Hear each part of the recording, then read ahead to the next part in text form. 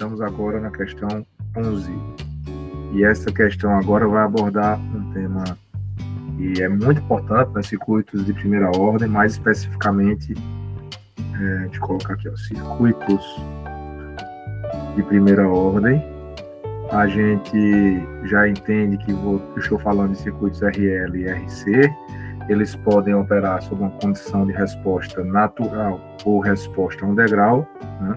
Ou seja, pode ter uma resposta natural, ou seja, quando há o descarregamento de elementos armazenadores de energia por um resistor, e podemos falar também de resposta a um degrau, né? Que é quando existe uma mudança de ponto operativo daquele circuito em virtude da conexão de alguma fonte. Tá? Neste caso aqui, a gente vai trabalhar com a resposta natural de um circuito RC, nesse exemplo de agora, tá bom? E aí, como vocês podem ver, o enunciado nos diz o que? Olha, a chave do circuito a seguir é aberta em T igual a 0 segundos, depois de permanecer fechada por um longo tempo.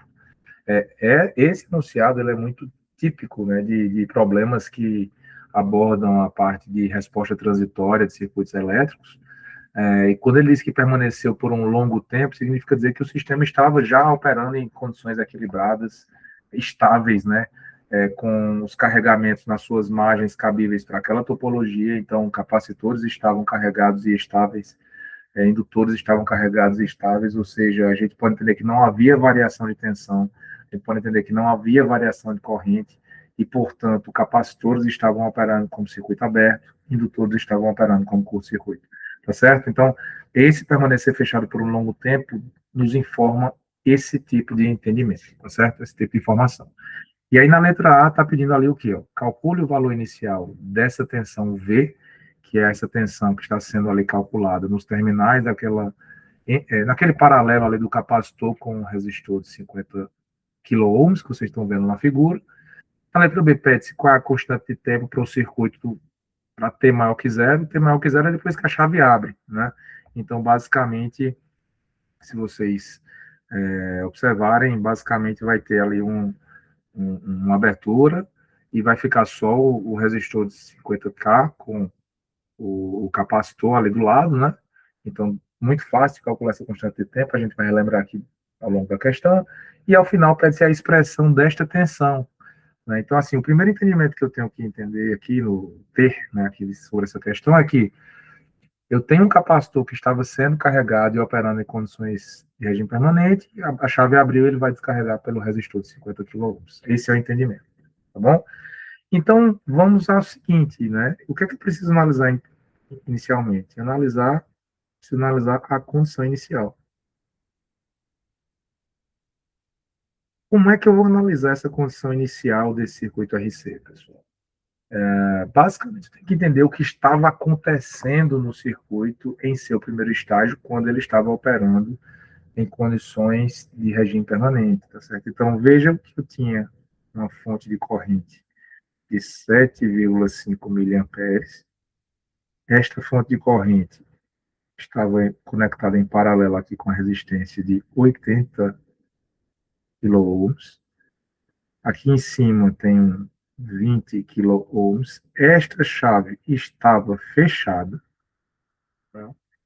O capacitor, obviamente, estava estável, então ele estava funcionando como um circuito aberto. E aqui ao lado nós temos 50 kΩ. Então, eu preciso entender que se eu estou calculando esta tensão nesse ponto, na condição de T igual a 0 menos segundos, é o quê? Ou seja, no instante imediatamente antes da abertura da chave, existia aqui uma tensão que eu vou chamar de V0. É a tensão que o capacitor tinha estabilizado e armazenado para essa topologia do circuito, da forma como ela está posta, com a chave fechada por um longo tempo. Tá? Então, meu objetivo aqui é primeiro achar o V0, que é exatamente a letra A. Qual é o valor inicial de V? Então, o próprio enunciado está te mostrando o caminho das pedras aí em termos de procedimento. Né? E aqui ficou muito fácil, pessoal, porque eu posso fazer o seguinte: percebam que eu tenho esses dois resistores aqui em série, né? Então, e esse série fica em paralelo com esse de 80. Então, no final das contas, o que é que eu tenho aqui? Eu tenho essa corrente de 7,5 mili, que entra aqui, e ela se divide por esses dois ramos. Se você parar para pensar, esta corrente que vem para cá é a que desce aqui em 50K, certo? E a tensão V0 vai acabar sendo exatamente a queda de tensão nesse 50K quando esta corrente passar por 50K. Então, eu posso dividir aqui em duas camadas de solução, fazer primeiro um divisor de corrente, a gente relembrar até esses conceitos aqui. Então, por exemplo, se eu chamar esta corrente aqui de um I0, que seja, né? Então, eu vou chamar aqui, ó, I0 é quem? Então, veja, I0 no conceito de divisor de corrente é o quê? No numerador, eu vou ter toda a resistência equivalente, exceto aquela do ramo onde eu estou calculando a corrente. Então, exceto o ramo que eu estou calculando a corrente, só sobrou 80K. Daí eu repito esse valor do numerador aqui no denominador e agora somo a resistência equivalente no ramo que eu estou calculando. A resistência equivalente no ramo que eu estou calculando, ela é na realidade de 20K em série com 50, então dá uma soma aqui, né? E daqui, então, eu multiplico a corrente que se divide, que no caso é 7,5 mili. Tá? Então, basicamente, é isso que eu tenho ali para achar o I0. Né?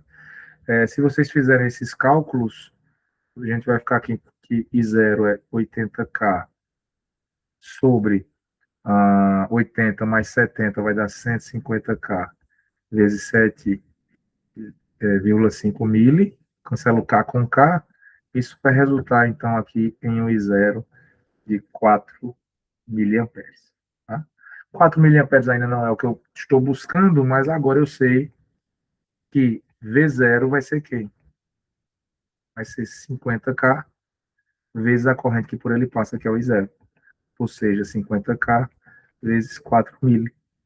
Mili vai embora com K, ou seja, eu vou chegar aqui, V0 é 50 vezes 4, então 200 volts. Tá? Que é, então, inclusive, o que está indicado ali no gabarito do problema. Tá bom? Então, vejam, a gente já achou aqui a condição inicial do V0. Tá? A letra B é muito direta, esse problema aqui é muito simples, tá certo? Então, isso aqui foi a letra. Opa, desculpa. Isso aqui foi a letra A. A letra B, ela é muito simples, porque ela está pedindo o quê? Olha, depois que a chave abriu, qual é a constante de tempo que você vai ter no circuito? Gente, depois que a chave abriu, só sobrou o quê? Só sobrou um capacitor ali de 0,4 microfarad, em paralelo um resistor de 50 quiloohms. E para quem já estudou circuitos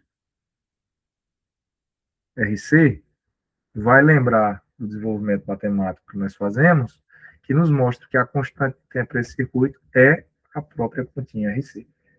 Tá? Então, nesse caso, essa constante de tempo vai ser de quanto? 50K vezes 0,4 micro. E aí, nesse caso, vai ser uma constante de tempo ali de 20 milissegundos.